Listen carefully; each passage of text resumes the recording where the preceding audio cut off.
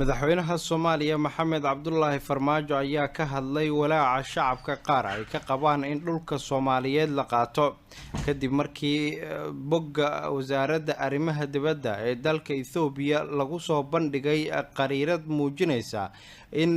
dalka Soomaaliya aanu jirin isla markaana uu ka mid yahay Itoobiya sidoo kalena Somaliland loo aqoonsaday dal madax bannaan qariiradaasi oo dhalisay muran isla markaana wasaaradda arrimaha dibadda Itoobiya ay sheegtay in si qaldan uu boggeeda ay u soo galiyeen kooxda teknolojiyadda ama farsamada qaabilsan ee boggaasi ka shaqeeya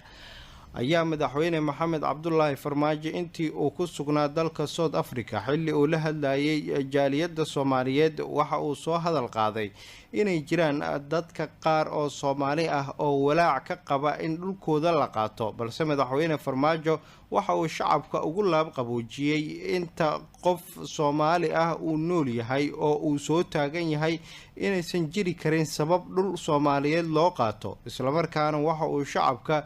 ugu baaqay in ay iska ilaawaan walaaca ku aadan in dhul Soomaali ay leedahay la qaato umad markay muddo dheer ay ku jirto dagaal sokeeye qabka hoos u dhaca oo dadku kalsoonida ka lunta mar waxa maqlaysaa dalkeena waa la qaadanaya dawladda Hiblaya qaadanaysa war adiga hadaa noo sheegay dalkaaga loo qaadanaya adaa noolay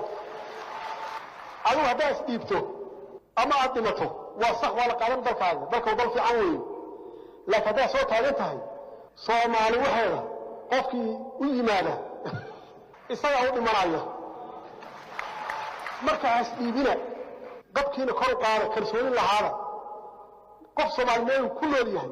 dalkiisa lama qaadan waa jiraan dad Soomaali ah oo la adeegsado waa jiraan oo shay adeegsado waa jiraan dadkaas hal meel aan uga soo wareejisano waliba waa jireen wax cusub maaha hal meel aan uga soo wareejisano dalkeena dal kale malihin isagaan leenahay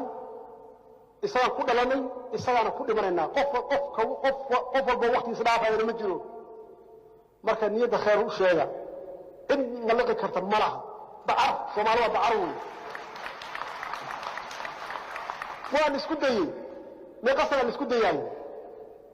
dadkii naga horeeyay waxba garanayeen oo dadkooda fiicnaa banaanka laga maray oo wadamada anaga Afrika ugu horeeyay xorriyad qaataana Soomaali laguma soo dhaco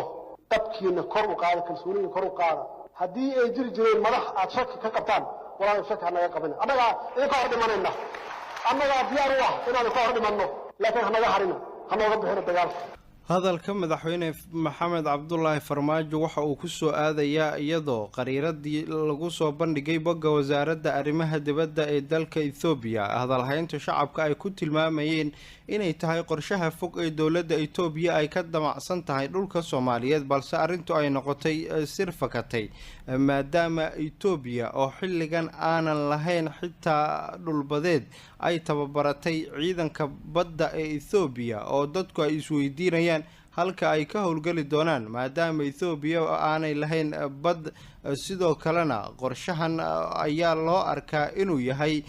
mid dawladda Itoobiya ay ku doonayso fogaanshaheeda aragtida ah ee dhulka Soomaaliyeed maadaama haddaba dhulka qaar ay si awood ah ku haysato ayna hoos tagaan maamulo iyadoo ay u arrimiyaan oo dawlad deegaano ah